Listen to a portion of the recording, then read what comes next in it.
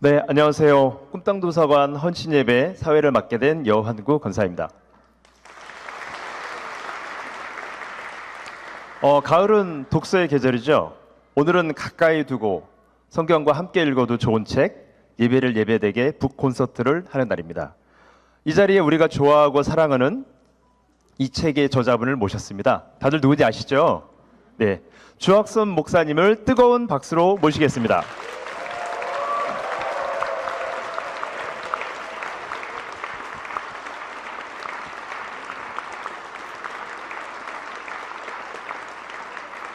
자, 앉으시면 됩니다.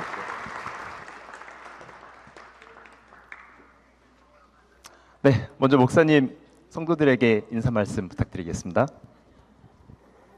네, 좀 어색한데요. 네. 또 이렇게 북콘서트를 또 꿈땅에서도 말씀해 주시고 그래서 이렇게 하게 돼서 너무 기쁘고요. 일단 우리 교회 성도님들이 뭐라고 할까 너무너무 저를 잘 이렇게 격려해 주시고 사랑해 주시는 것을 이렇게 느낄 수 있습니다. 너무 감사드리고요. 이 북콘서트가 어떤 저의 어떤 저술이 아니고 사실 이게 우리의 것이거든요. 우리가 함께 만들어낸 것이기 때문에 우리가 함께 기뻐하고 또 나누는 그러한 시간 되면 좋겠습니다. 고맙습니다. 네, 목사님께서는 그동안 거룩한 순례의 참된 행복, 성령님이 교회들에게 하시는 말씀 등 적지 않은 책을 집필하셨는데요. 이번에 출간된 예배를 예배되게 집필하시면서 죄송합니다. 이번에 출간된 예배를 예배되게 내용을 좀 간략하게 정리해 주셨으면 좋겠습니다. 네, 이 책의 내용은 이미 그 주일 예배 설교를 통해서 선포된 말씀인데요.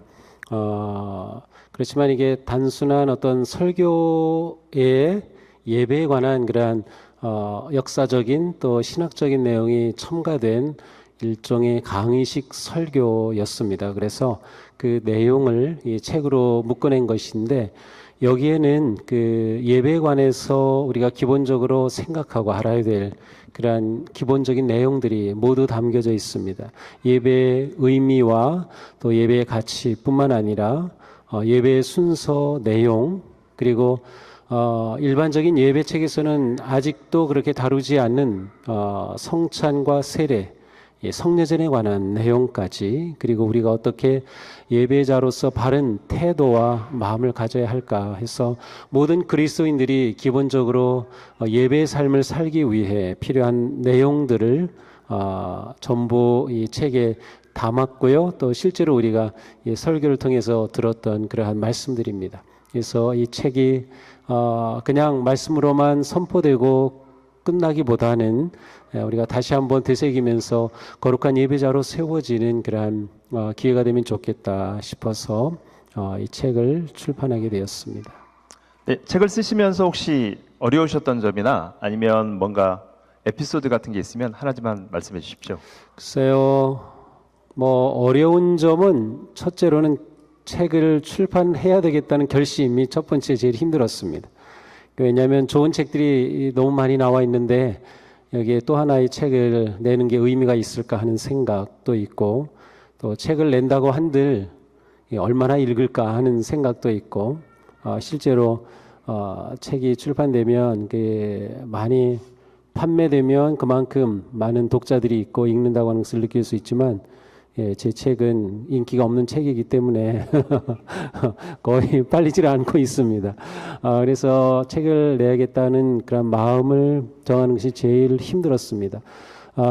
일단 그 다음에는 저희 가장 힘든 거는 아무래도 시간이죠. 특별히 책만을 위해서 시간을 내는 것 자체가 너무 어렵기 때문에 시간을 확보하는 게 제일 힘들었고요. 또 설령 또 시간이 확보됐다 하더라도 책으로 나오기 위해서는 좋은 문장으로 다듬어져야 하는데 단지 문법적인 교정뿐만 아니라 문장을 다듬어야 되는 과정들이 굉장히 어려웠습니다. 그런데 저번에도 그랬고 이번에도 우리 조봉혜 권사님이 많이 도와주시고 이렇게 다듬어 주시고 또 교정을 봐주셔서 그런 점에서 아주 저는 좀 행복하게 이 책을 낼 수 있었던 것 같습니다. 특별히 그 표지 디자인을 할 때 굉장히 제가 많이 신경을 썼는데 우리 교회 백예술 청년이 아주 멋진 그러한 표지 디자인을 해주셔서 너무 고마웠는데요. 이 표지를 이게 처음 출판하고 나서 잠깐 이렇게 떠들었던 그러한 그 소문이 있었습니다. 이 표지에 나와 있는 이 손이 누구의 손일까? 네. 그래서 혹자는 이게 사모님 손이다. 너무 사모님 손이긴 늙었는데, 그럼 이게 원로 사모님이다. 뭐 여러 가지가 있었는데, 답은 비밀로 하겠습니다. 네, 저도 솔직히 말씀드리면 이 책을 저희 집사람이 사왔고요. 이거 북콘서트 제의를 받기 전에 솔직히 안 읽었습니다. 예. 많은 분들이 잘 못 읽으시는 것처럼 제의를 받고 솔직히 말씀드리면 일주일에 걸쳐서 읽었습니다. 일주일에 걸쳐 읽다 보니까 어떤 생각이 들었냐면 그동안 설교 시간에 듣던 말씀이 드라마처럼 머릿속에다 쭉 펼쳐지더라고요.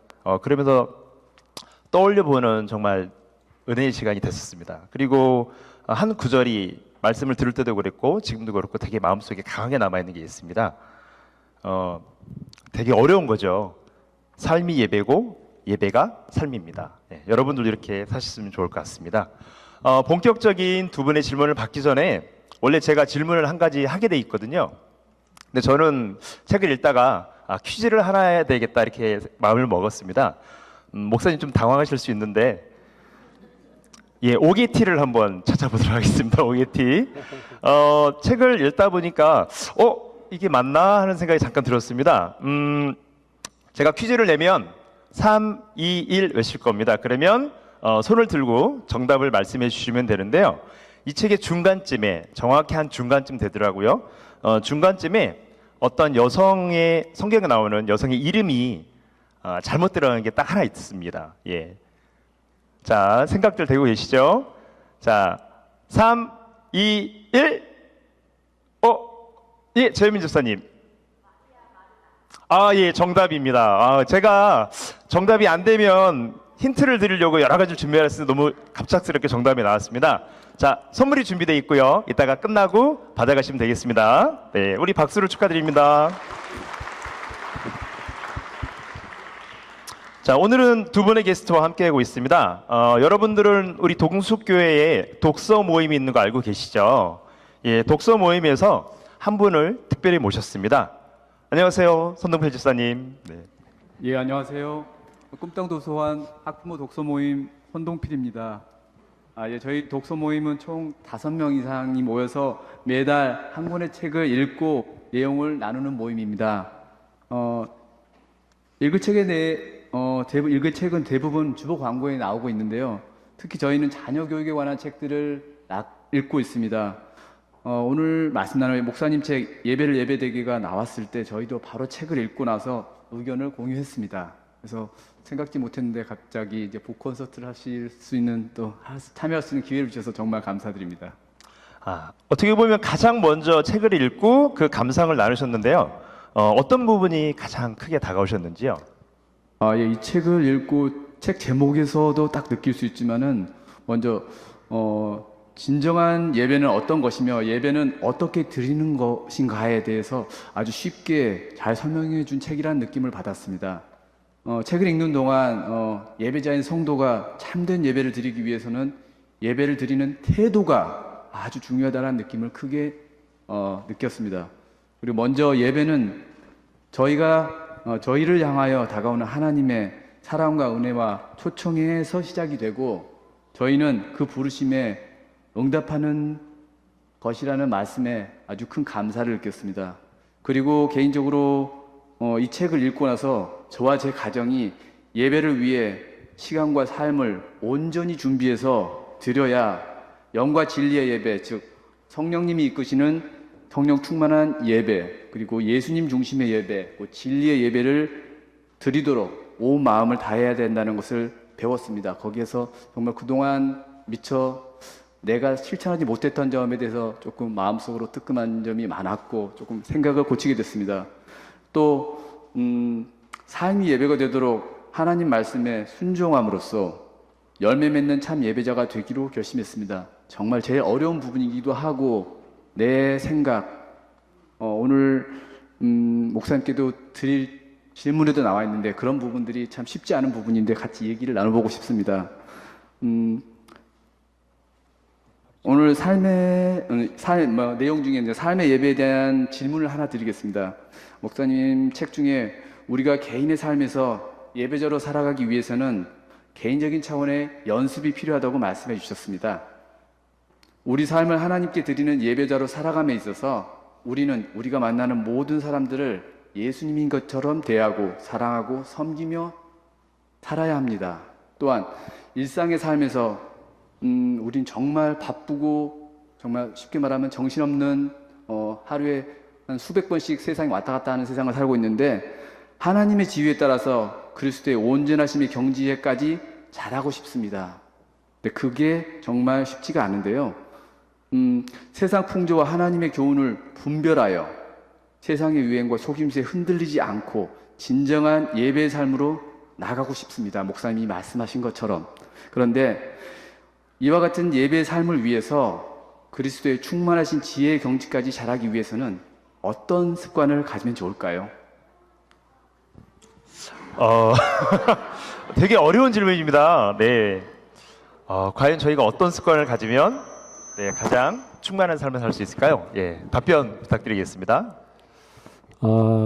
글쎄 정말 힘든데 일단 그 그리스도의 충만하심의 경지에까지 다다른다고 하는 점에서 그것은 성숙에 관한 부분이고요. 이러한 성숙이 또 예배와 연결되어 있다. 그래서 성숙한 삶은 성숙한 예배자가 된다라고 말할 수 있을 것 같아요. 그런 점에서 만약 예수 그리스도를 닮아가는 그 경지에 이르는 습관이 무엇일까 이렇게 말씀하셨는데 제일 좋은 거는 예배 습관입니다. 근데 좀 너무 엉뚱한 대답일 수도 있겠는데 왜냐하면 예배는 우리를 사랑으로 초청하고 부르신 하나님과의 만남이기 때문에 거룩하신 하나님을 만나는 우리는 거룩하신 하나님 앞에서 우리의 부족함을 깨닫습니다. 우리의 죄를 깨닫습니다. 그 하나님 앞에서 우리의 부족함을 깨닫기 때문에 우리는 그것을 회개하며 다시금 하나님의 사랑과 은혜로 우리가 채워질 것을 갈망하게 되죠. 그래서 그 하나님을 바라보게 되고 그 하나님을 향한 갈망하는 마음이 생기게 되면 우리가 그리스도를 닮고자 하는 마음을 가지게 될 겁니다. 그런데 성장하려면 양분이 있어야 하듯이 우리의 영적 성장에 절대적으로 필요한 것은 하나님의 말씀이라고 생각이 됩니다. 그래서 말씀을 가까이 하는 습관, 그것이 읽는 습관이든 묵상하는 습관이든 아니면 암송하는 습관이든 말씀을 가까이 하는 습관을 내 삶에 반복적이며 정기적으로 가지고 그리고 그 말씀을 내 것으로 깊이 되돌아보는 그리고 조금이라도 내 삶에 적용하고자 하는 그러한 결단을 작은 것으로부터라도 조금씩 반복한다고 하면 우리는 조금 아마 크게는 보이지 않을지 모르지만 조금씩 그리스도를 향해 나아갈 수 있지 않을까 생각이 됩니다. 그리고 이 모든 것을 가능하게 하는 것은 바로 성령님께서 우리 안에 이루시는 일이기 때문에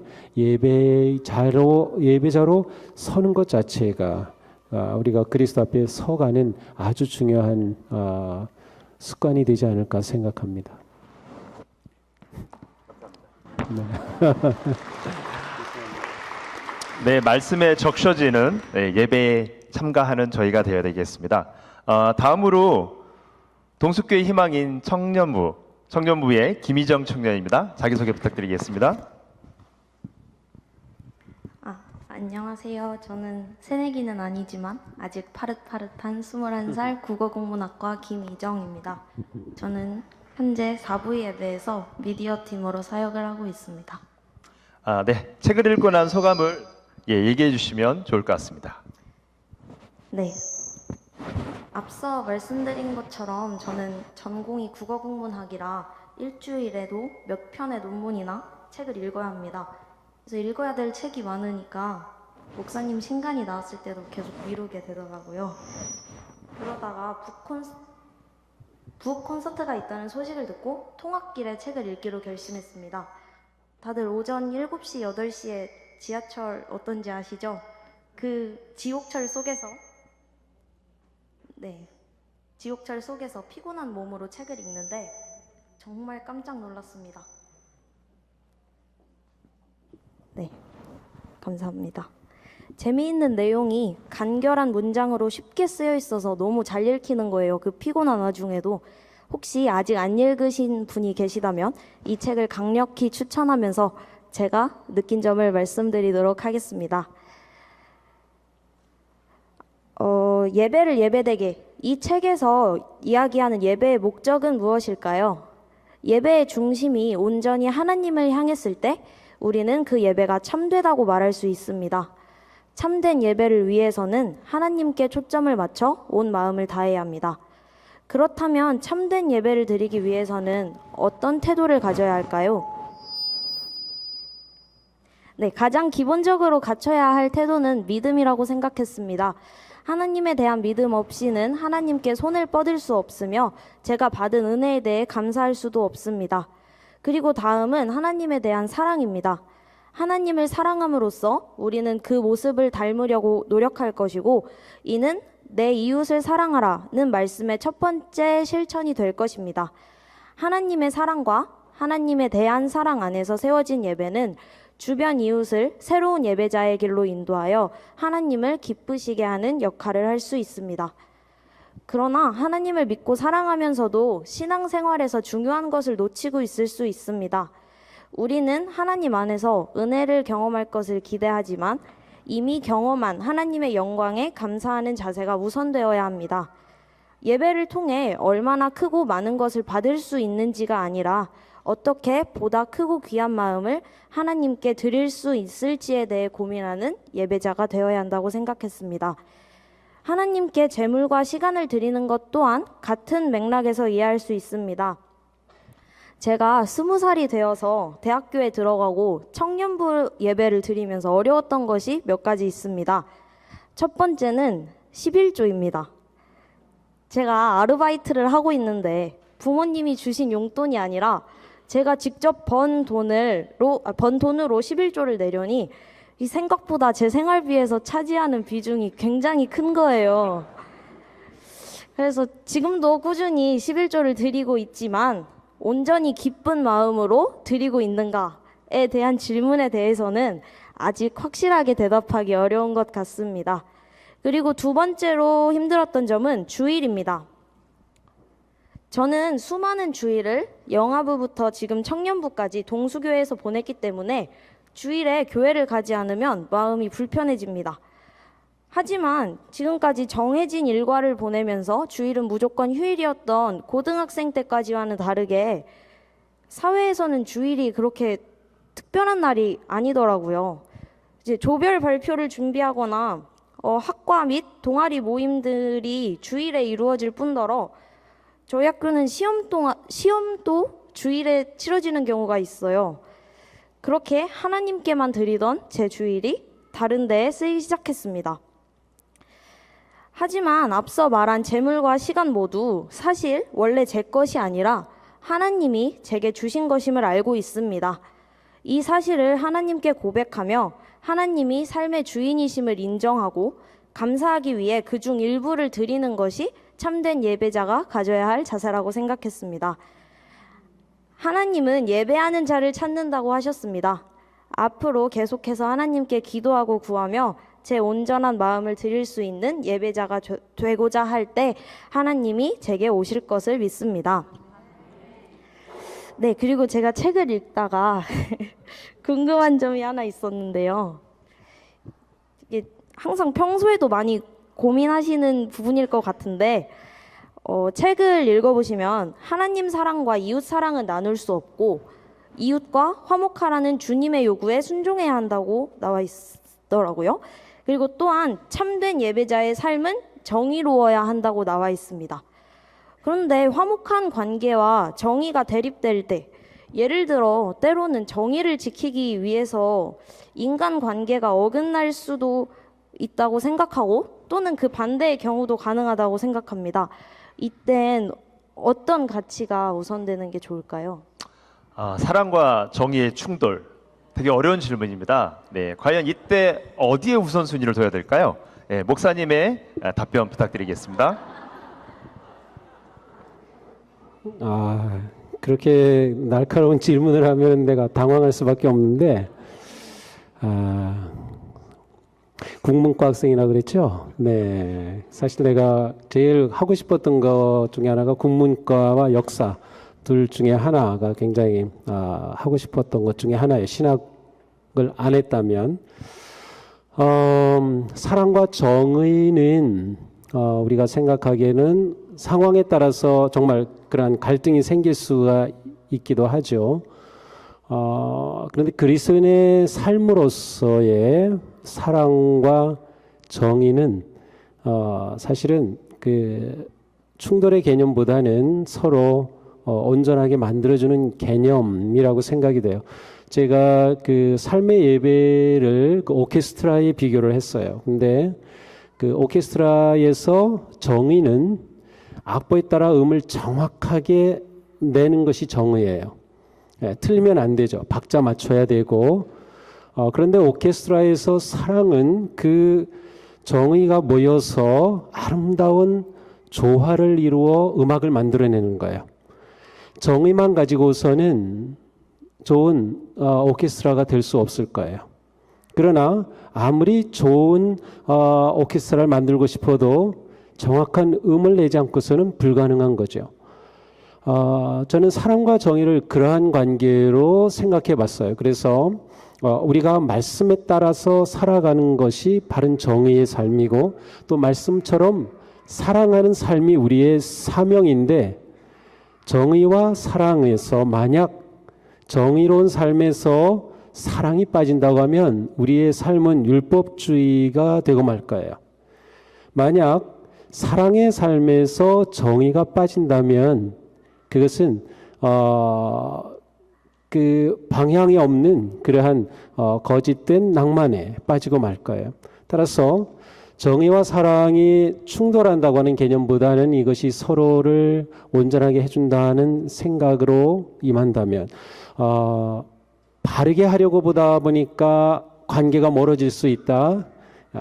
어떻게 보면 겉으로 나타나는 모양은 그렇지만 정말로 바른 정의로운 말씀대로 살고자 한다면, 그리고 정의로운 삶을 그 관계 속에서 이루고자 한다면 오히려 정의는 바른 관계가 회복되어 사랑으로 나아가는 그러한 기초가 되지 않을까 하는 생각을 해봐요. 물론 우리 이정 자매가 가지고 있는 구체적인 경우를 이렇게 보면 또 그것에 따라서 어떻게 제가 얘기할지는 모르지만, 그냥 일반적으로 사랑과 정의로운 삶을 우리가 이해한다고 할 때 저는 이제 그러한 생각을 해봅니다.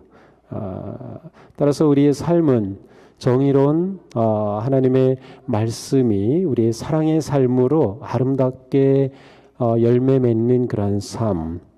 그래서 정의의 말씀에 기초한, 정의에 기초한 사랑의 삶, 사랑으로 정의가 완성이 되는 그러한 삶을 사는 것이 아닌가 생각을 해요. 만족하지 않은 것 같은데 표정이.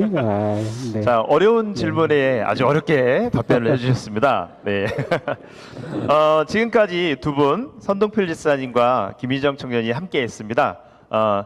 두 분 감사드리겠습니다. 일어나서 인사하고 나가주시면 되겠습니다. 자, 이제 우리 성도분들께 질문의 기회를 드리도록 하겠습니다. 어떤 질문을 할까 고민하시는 동안 꿈마을 예술단의 김정연 선생님의 비올라 독주가 있겠습니다. 공명은 부르신 곳에서입니다. 자, 박수로 시작하도록 하겠습니다.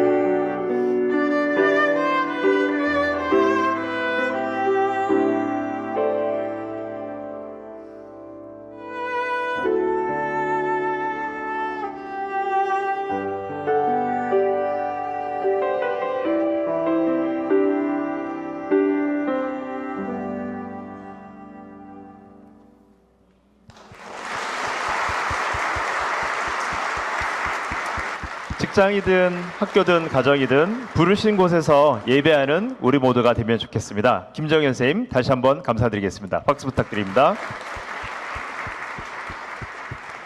그러면 이제 본격적으로 여러분들의 질문을 받도록 하겠습니다. 손을 들어주시면 마이크가 찾아가도록 하겠습니다. 목사님 책 아니면 오늘 나눈 말씀 중에서 질문 있으신 분들은 손을 들어주시길 부탁드리겠습니다. 아무도 질문이 없으신가요? 그럼 일찍 끝내야겠는데요. 네, 정수아 학생, 네, 마이크 부탁드릴게요.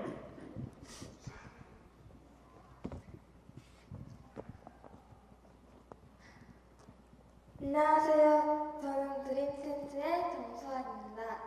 목사님이 저술하신 예배를 예배되기를 감명 깊게 읽었습니다. 그리고 그 책을 읽고 주님께 드리는 예배가 무엇이며 예배를 어떻게 드려야 하는지 알게 되었습니다. 목사님께 꼭 드리고 싶은 질문이 있습니다.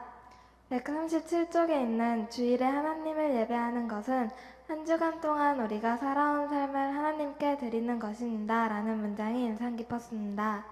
저는 학교생활 도중 공부, 휴대폰, 친구 관계 등에 의해 제 일상을 하나님께 드리는 것이 어렵습니다. 목사님께서는 청소년 시기에 하나님께 삶을 바치는 과정에서 무엇이 가장 힘드셨는지 궁금합니다.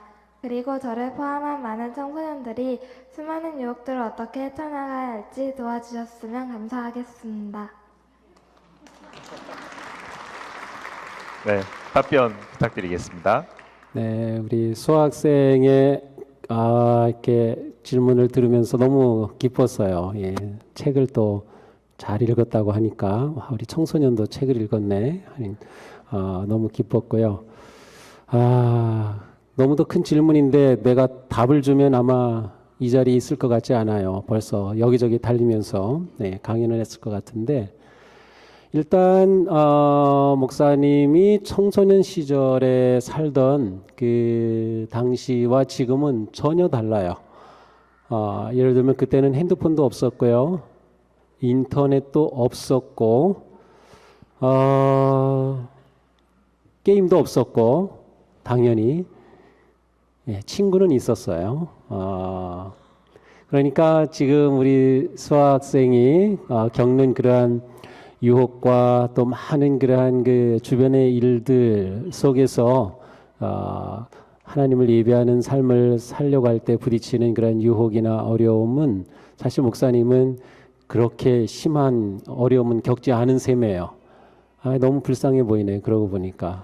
근데 그만큼 또 넓고 큰 삶을 살 수 있는 그런 좋은 시대에 사는 것 같아요.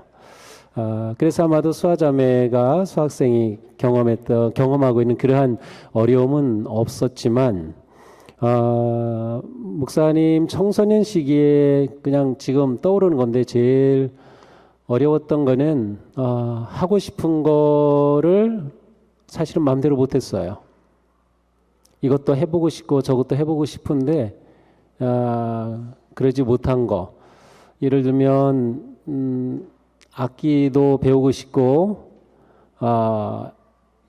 하지만 그럴 기회를 갖지 못했어요. 마음뿐이었지. 그림도 잘 그리고 싶었는데 제가 원래 그림 솜씨가 있어요. 아버님을 닮아서. 그런데 미술 시간에 딱 뽑혔거든요. 미술 선생님 너 미술반 들어와. 그런데 거기도 제가 못 갔어요. 뭔가 좀 하고 싶었던 거를 못한 것이 목사님에게는 제일 좀 힘든 것이었고요. 그러다 보니까 신앙생활 하는 거에 있어서도 좀 더 이렇게 마음껏 그렇게 하지 못했던 것이 굉장히 아쉬워요. 네, 두 번째로 물어본 게 많은 유혹 속에서 어떻게 이렇게 이겨나갈 수 있을까를 물어봤는데 무엇보다 수학생이 인생을 이렇게 큰 그림으로 그려보면 좋겠어요. 그래서 보통 청소년기에는 바로 앞에 있는 것들로 인해서 많은 어려움 또 유혹도 받고 그런 것이 있는데 인생을 좀 이렇게 크게 그려봐요. 그래서 내가 앞으로 2년, 5년, 10년, 30년, 40년 후에 내가 정말 내 삶을 만족해하고 기뻐하고 감사하면서 그렇게 살아갈 수 있을까?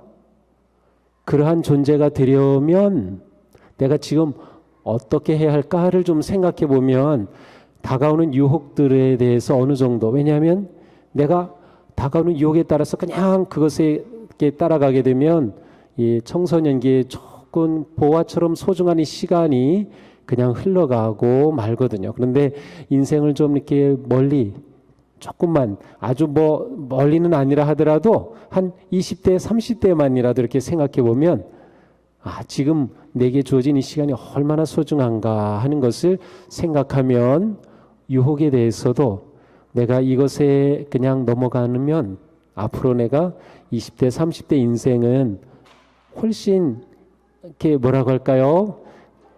떨어진 그러한 인생이 될 거야 라는 것을 생각해 볼 수 있어요. 또 하나는 나를 아주 귀하고 멋진 존재로 생각하고 그렇게 만들어가는 거예요.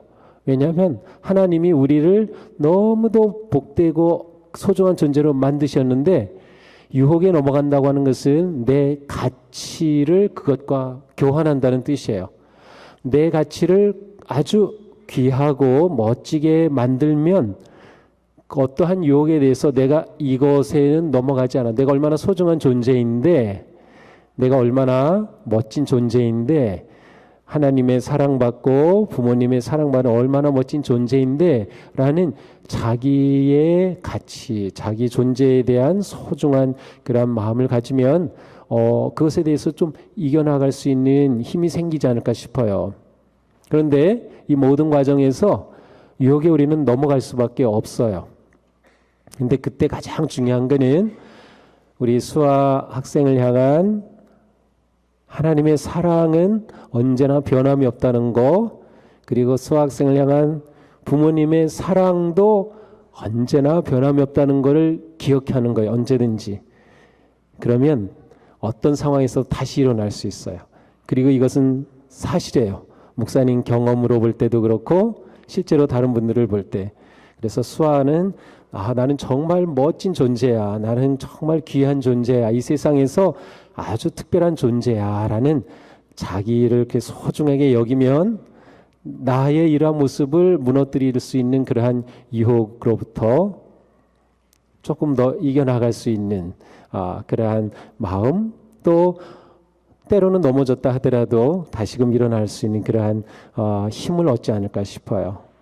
근데 목사님이 너무 나이가 많아가지고 수학생이 겪는 것을 내가 몸소 겪지 못해서 구체적으로 이렇게 답을 주지 못하지만 그냥 그런 생각이 들어요. 너무 좋은 질문이었어요. 고마워요. 답변 듣는 동안 수학생이 끄덕끄덕거리는 게 앞에서 보이더라고요. 너무 좋은 답변이셨고요. 수학생뿐만 아니라 우리 모두에게도 맞는 답변 같습니다. 다음 질문 받도록 하겠습니다. 네, 손 들어주시면 마이크 가겠습니다.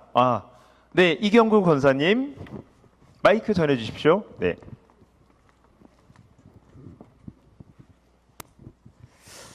네, 이경구 권사입니다. 먼저 이렇게 소중하고 너무나 귀한 책을 집필해 주신 우리 목사님께 감사를 드립니다.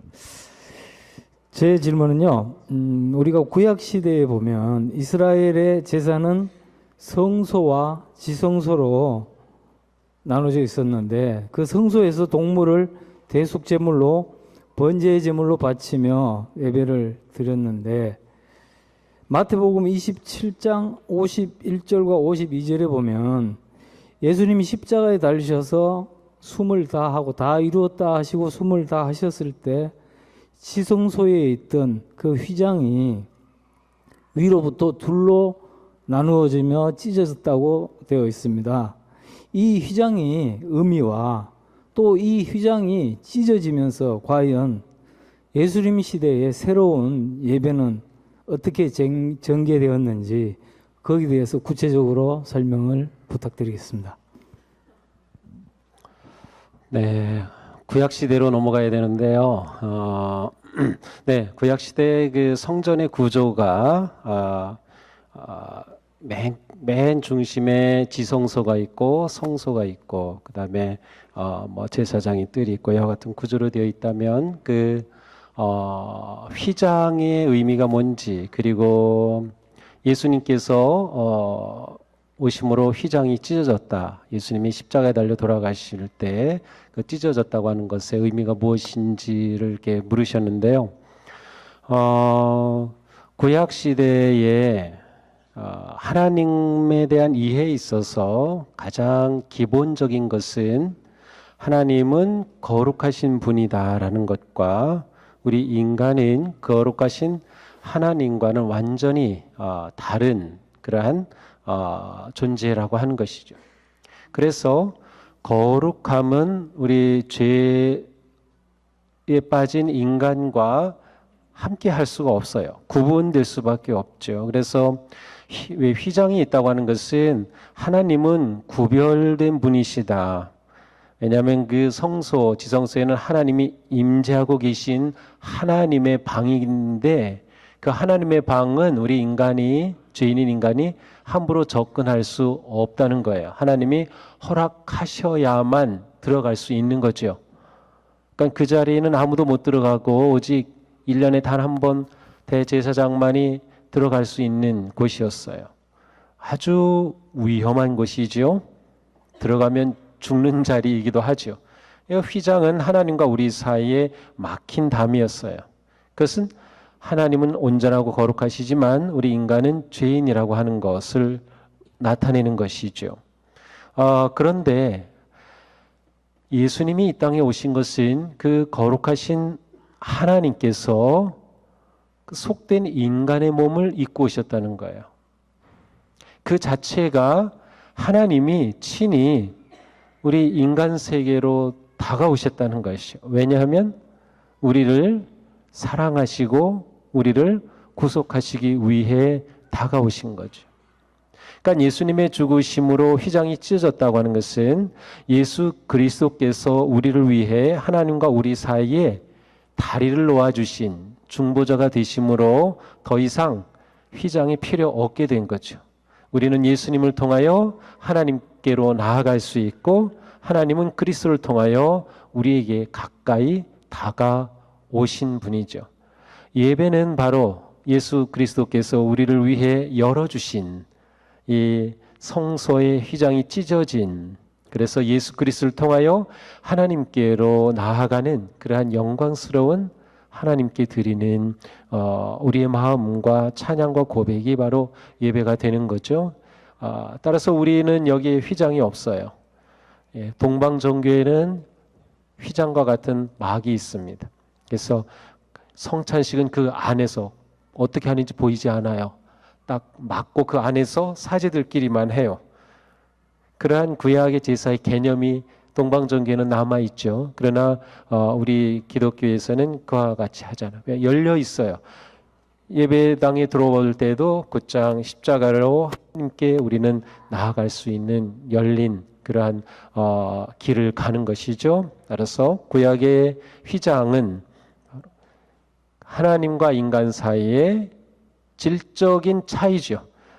그 구별을 나타내는 것이라고 하면 예수 그리스도의 오심으로 휘장이 찢어진 것은 하나님의 사랑이 그리스도를 통하여 우리에게 드러나심으로 하나님과 우리 사이에 막힌 담이 무너지고 사랑의 교통이 일어날 수 있고 하나님께 나아갈 수 있고 그래서 예배할 수 있고 하나님은 우리의 예배를 받으시는 이러한 복된 우리를 삼으시기 위한 하나님의 사랑의 표현이다라고 생각할 수 있겠습니다. 그래서 우리의 예배는 하나님을 향해 그리스도를 통하여 나아가는 그러한 영과 진리의 예배가 될 수 있는 것이다라고 생각합니다.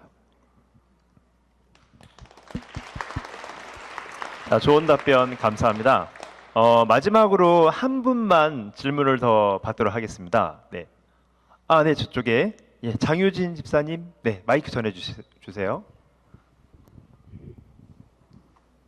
네, 장유진 집사입니다. 저는 이제 10살 되는 초등 자녀가 있는데요.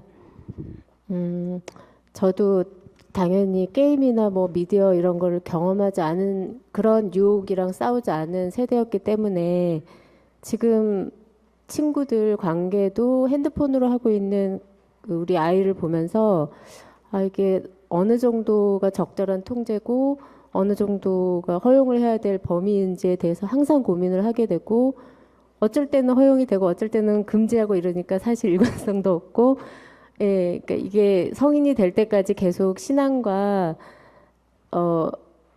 핸드폰이나 이런 미디어 게임 같은 것들을 통제하는 거에서 항상 줄다리기를 해야 될 텐데 부모된 입장에서 그러니까 저는 이제 예배를 드리고 신앙생활을 하면서 정말 전심으로 하나님을 만날 수 있는 방법이 온전히 하나님 앞에 나와야지 되는 거라는 걸 체험을 통해서 경험을 하다 보니까 우리 아이도 그걸 느끼게 해주고 싶고 하나님 앞에 뜨겁게 만나는 경험을 해서 신앙생활이 그냥 엄마한테 혼나니까 무뎌지거나 의무감으로 하는 게 아니라 정말 스스로 뜨겁게 하나님을 만나서 예배 생활을 하고 기뻐하고 교회에 나오는 게 즐겁고 그러기를 정말 소망하는데 그게 참 어려운 부분인 것 같아요. 점점 지금 친구들 목소리가 제 목소리보다 더 영향력을 끼치고 있기도 하고 어릴 때는 교회 나오는 게 엄마 제일 행복해 그러더니 요즘은 얘기가 달라졌거든요. 그래서 아, 이런 줄다리기 속에서 엄마로서 부모로서 우리 자녀들한테 어떻게 중심을 잡아야 될지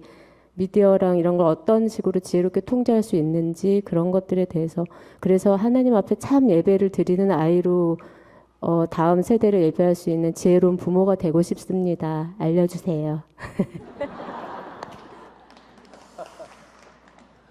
네.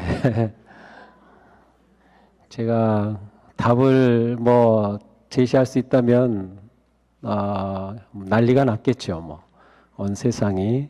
네. 누구나 다 부모님들이 고민하고 있는 거고 또 신앙의 부모님들은 더 많이 고민하고 있는 영역인 것 같습니다. 일단 그 핸드폰이라든지 어떤 그런 그 현대의 문명의 기기를 우리가 완전히 벗어날 수는 없어요. 또 그 기기가 주는 유용함도 있어요. 그래서 일단 그 기기를 오히려 긍정적으로 사용할 수 있도록 가르쳐 주는 것이 필요할 것 같고요. 그러나 가장 중요한 것은 스스로 절제할 수 있는 능력을 키워주는 것 같아요. 스스로 절제할 수 있는. 그런데 그게 스스로 절제하는 것은 저절로 습득은 안 됩니다. 그것은 함께 같이 배워가야 될 것 같고요. 그래서 아마도 부모님께서 자녀의 상황에 따라서 거기에 맞게 룰을 세우는 게 필요할 것 같고요. 이를 무조건 다 마음대로 쓰는 것이 아니라 예를 들어 어느 시간을 정해놓고 사용하는 것도 필요하고 특별히 예배와 관계에 대해서는 예배는 머리로 배울 수 있는 게 아니고 마음과 삶으로 습득하는 거고 경험하는 거기 때문에 그러한 자리를 만드는 것이 중요합니다. 요즘 이 스마트폰이나 이런 SNS가 발달해서 겉으로는 굉장히 교제가 아주 친밀하게 일어나고 온 세상 사람이 다 친구인 것 같지만 인류 역사상 지금처럼 사람들이 외로움을 느낀 시대는 없었어요. 그 말은 예배가 절대적으로 필요하다는 거예요. 예배는 하나님과 우리 사이의 친밀한 교제고 또한 예배 자리는 성도들의 친밀한 교제입니다. 개인의 예배도 있지만 공동체 예배는 그런 점에서 아주 중요합니다. 그러니까 이러한 예배를 경험하는 기회를 만들어주는 게 필요한데 자녀들에게 있어서 가장 좋은 방법은 가정에서 자녀와 함께 같이 기도하는 시간 만들기, 찬양하는 시간 만들기, 서로 이야기하고 부모가 그 가운데서 말씀을 툭 꺼내서 말씀과 연결시켜 주는 그러한 시간. 근데 이거를 옛날처럼 가정 예배라고 딱 정해놓고 하면 아이들 그것도 막 힘들어요. 근데 일상 속에 자연스럽게 그러한 기회를 만들어주는 게 필요해요. 식사할 때에도 우리 아이가 한번 우리 식사기도 해볼까? 시켜보기도 하고 엄마가 먼저 하기도 하고 또 어색해하면 따라하게 할 수도 있고 하면서 감사하는 마음을 키울 수도 있고 그리고 실제로 일상 속에서 하나님께서 엄마에게 또 아빠에게 내가 너를 위해서 이렇게 기도하다가 하나님 이런 마음 주셨어 하면서 아이에게 그 구체적인 삶을 하나님과 연결시켜주는 그러한 기회도 만들고 근데 실제로 친구들의 영향력과 이 미디어의 영향력이 너무 강하기 때문에 부모의 어떠한 것도 사실 이것으로부터 아이들을 이렇게 구원해내기는 쉽지 않아요. 그럼에도 불구하고 자녀에 대한 부모의 사랑과 기도와 눈물은 반드시 효과가 있다. 이걸 우리는 믿어야 될 것 같아요. 반드시 효과가 있다.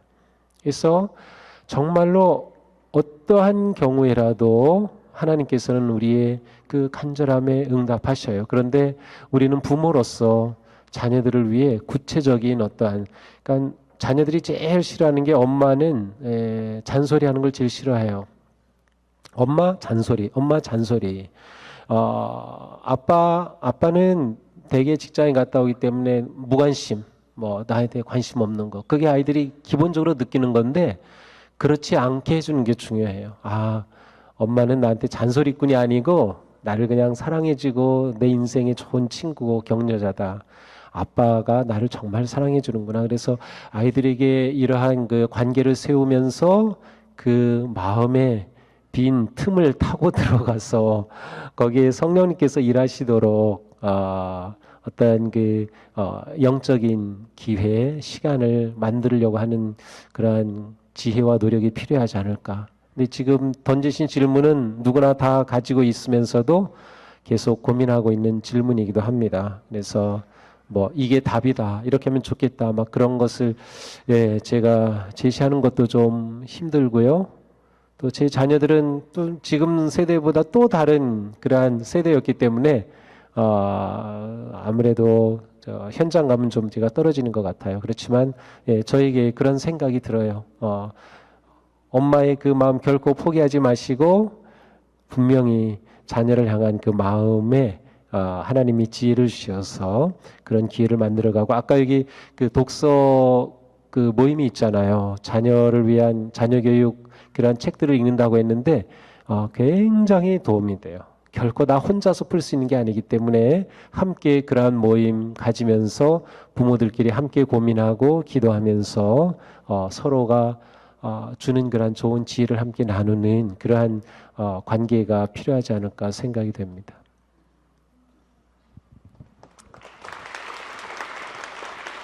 네, 아주 어려운 질문이었고요. 이 시대 부모님들이 다 같이 고민하시는 내용일 것 같습니다. 함께 고민하고 함께 눈물로 기도하는 저희가 되었으면 좋겠습니다. 시간이 많이 지났습니다. 저희가 그 엽서를 다 드렸었거든요. 이미 한 2주 전부터 드린 걸로 알고 있고요. 그 중에서 몇 개를 가져왔는데 하나만 하려고 합니다. 우선 지금 마이크가 원래 2개가 있어야 되는데 동숙교회라는 이름으로 사행시를 지어본 분들이 계시더라고요. 여러분들이 동숙교회 운을 띄워주시면 제가 엽서를 읽어드리도록 하겠습니다. 자, 시작하겠습니다. 동숙교회 담임 목사님의 새 책이 나왔습니다. 예배를 예배되기를 읽고 깊은 감명을 받았어요. 수많은 예배를 드렸는데 새 마음 새 뜻으로 예배에 대한 참뜻과 의미를 새기게 되었어요. 교회를 교회되게 예배를 예배되게 하는 귀한 동숙교회가 되기를 바라며 교인들이 사랑을 가득 나누는 교회가 되기를 바랍니다. 회심이 일어나는 예배, 회개하며 주님을 바라보는 예배의 부흥이 일어나기를 기대합니다. 네, 아주 좋은 카드였습니다. 마지막으로 이제 목사님의 소감을 듣고 이 자리를 마치려 합니다. 무슨 소감이죠? 네, 너무 고맙습니다. 사실 저는 이러한 건 계획을 하지 않았는데 우리 꿈땅에서 이렇게 제안해 주시고 그래서 전 너무 고맙고 이런 기회가 무엇보다 우리 성도님들하고 같이 소통할 수 있는 그러한 기회이기 때문에 너무 좋고요. 그리고 또 예배라고 하는 그 주제를 매개로 해서 이렇게 서로 이야기할 수 있다고 하는 것이 저에게는 너무도 기쁨이고 또 행복이기도 합니다. 예배를 예배되게는 우리가 바른 예배자 또 거룩한 예배자가 되기 위해 고민하면서 또 씨름하면서 나누어진 그러한 말씀을 이렇게 책으로 모은 것이기 때문에 우리가 읽음을 통해서 다시금 그 은혜를 되살리고 우리가 거룩한 예배자로 세워져 가는데 도움이 되지 않을까 생각을 합니다. 그래서 우리가 이러한 게 책을 통해서 또 이 책뿐만이 아니라 앞으로도 우리 교회 성도님들이 꿈땅 도서관도 있는 만큼 책을 좀 많이 읽으면 좋겠어요. 옛날에는 가을이 되면 독서의 계절이라 그랬는데 요즘 그런 말도 안 쓰죠, 거의. 아예 책을 읽지 않겠다는 것 같아요. 근데 우리 교회는 독서의 계절을 좀 맞이해서 이런저런 책도 많이 좀 읽고 하면서 우리가 아주 풍성한 그러한 믿음의 삶 아름답게 살아가면 고맙겠습니다. 감사합니다. 긴 시간 함께해 주셔서 감사하고요. 꿈땅도서관은 앞으로도 교우들과 지역사회 주민들을 위한 더 좋은 시간을 준비하겠습니다. 마지막으로 꿈마을 예술단에 우리를 사용하셔서 찬양이 있겠습니다. 찬양 후에 원로 목사님의 축도로 오늘의 모든 순서를 마치도록 하겠습니다. 감사합니다.